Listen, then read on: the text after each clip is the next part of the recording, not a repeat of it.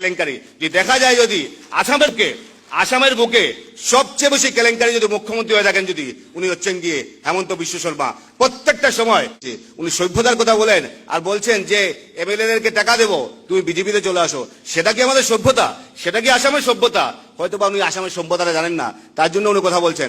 আজকে ধিক্কার জানাই ওনাদের মানসিকতার জন্য, উনার মানসিকতার জন্য এবং উনার মানসিকতার জন্য আজকে আমাদের এই অবস্থা।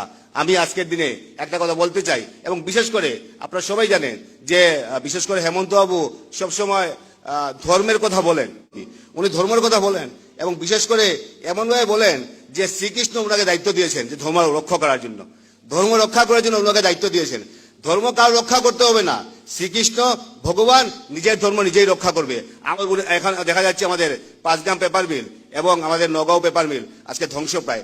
সভ্যতার কথা বলেন, মিজোরাম আমাদের আসামের জমি দখল করে নিয়েছে, অরুণাচল আমাদের জমি দখল করে নিয়েছে।